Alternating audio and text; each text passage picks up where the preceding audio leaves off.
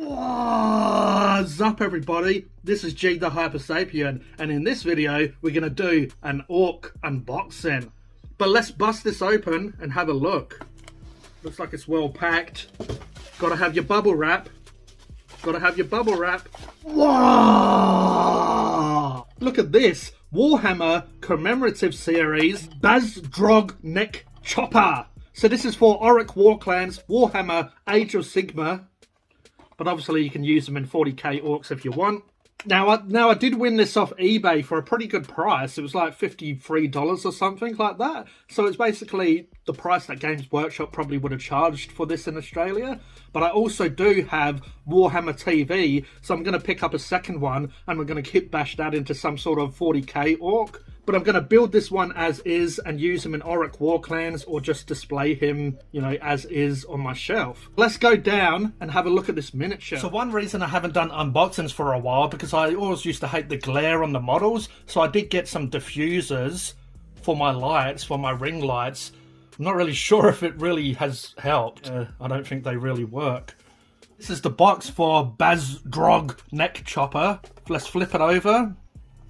We had these squares zoomed into different parts of him. We have his head, we have his boss pole, and we have the back of the miniature. Looks like there's some chains with lots of skulls and bones attached to it. We have the shoulder pad. It looks like a Stormcast helmet with a bit of orky stuff around it. Let's bust this open and have a look.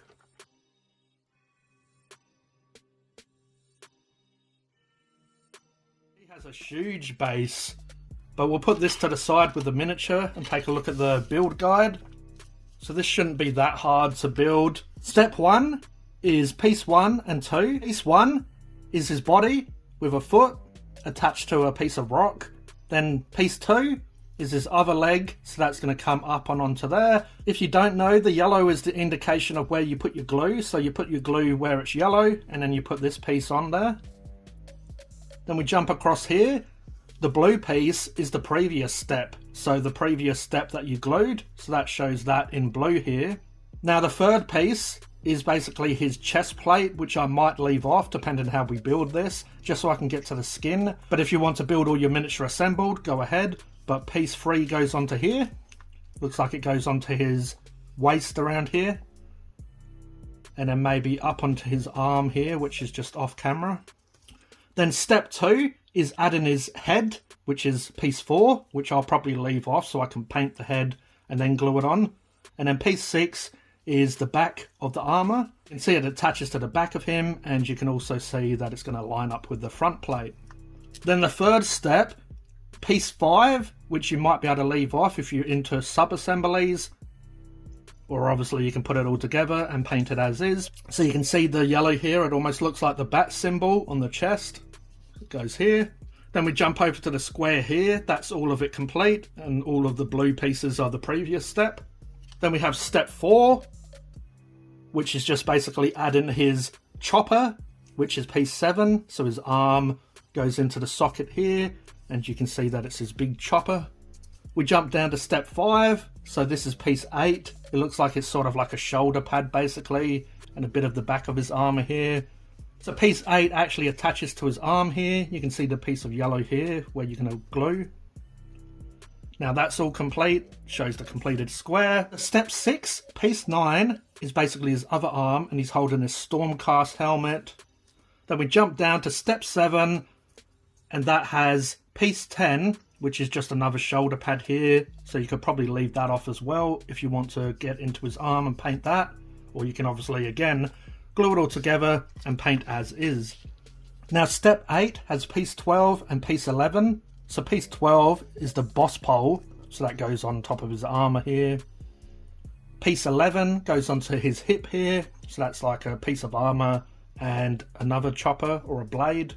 So step 9, we have a top-down view of what he looks like. And the last step, put him onto the 60mm base, which is huge. Then we have the tick to show it's complete. We have the finished miniature, and it's painted here. We also have the rules here if you're interested in that.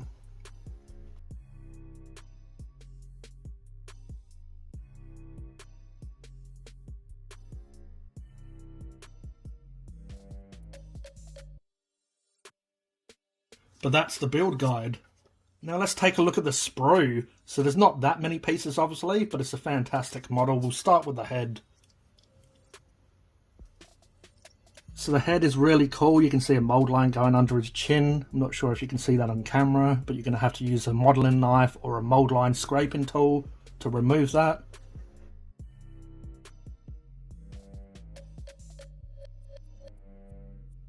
Lots of fantastic details, really nice and crisp, like all Games Workshop stuff really. We'll flip it over to the boss pole. I really like this boss pole. So the boss pole, it looks like another orc head, similar to his, but there's a lot of detail in that skull. That's one of the most detailed orc skulls I've seen. And the tusks on the side, and the pieces of armor sticking out, which iron jaws are known for. You have the chest piece, these spikes or tusk. I love how this chopper is designed. It's a little bit different than the other mega bosses. So the one on Maw Crusher and the other one on foot. Slightly different designed, which is cool. Really big, staunch arm. Some chainmail hanging off. Yeah, that's really nice and chunky. And we have that shoulder pad. You know, if you wanted to make this 40k, obviously you're going to have to remove this. This is going to have to be removed, and then you're going to have to find an orc that has a big enough hand so it looks cool. But I'll worry about that when I get the second model. Maybe I might do a video of me building the second one and converting it. But yeah, I do really like that Stormcast helmet. I love top knots, and you know, that's basically what that is. Add the piece of armor that goes on his hip with the blade. We have that huge leg. I do like the posing of him, but you know, when I chop and change it, I might see what I can do with my second version of this.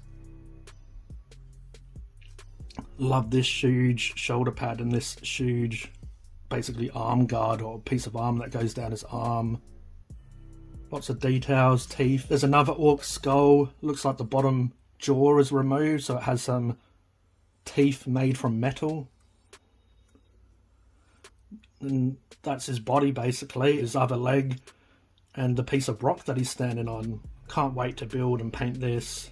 It's going to be awesome. I've got a few projects at the moment that I'm doing, so I'll have to build and paint him when I have some spare time. Chest piece, and that's obviously where the tusks go onto, in here. The armor is exactly like any other Orruk Warclans mega boss. Another Stormcast helmet. Chainmail. I really like this back piece though. This is different. It's got these huge chains hanging off. A vulture skull and a couple of human skulls, and basically this huge tooth, probably from an animal, like a squig or something. And yeah, that piece obviously goes up over his head, and yeah, obviously this piece goes over his back. Little piece here where the boss pole fits on, you know, almost like a jigsaw puzzle. It can fit flush on there. So I'm glad I got old Bazzy early, because my one on Warhammer TV still have a couple of months until I can get my one. I wanted to get a second one so I can have one for fantasy and then kit bash one for 40k orcs. Let me know in the comments below if you had this model and what you're going to do with your version. Are you going to play it in Warhammer Age of Sigmar? Are you going to leave it as is? Are you going to kit bash it? Are you going to use it in Warhammer 40k? Or are you just going to display it on the shelf because how amazing is this mega boss? But I hope you enjoyed this video. If you did, if you could please like, please subscribe and hit the notification bell so you don't miss a video. This was G The Hypersapien, and I'll catch you next time. Cheers.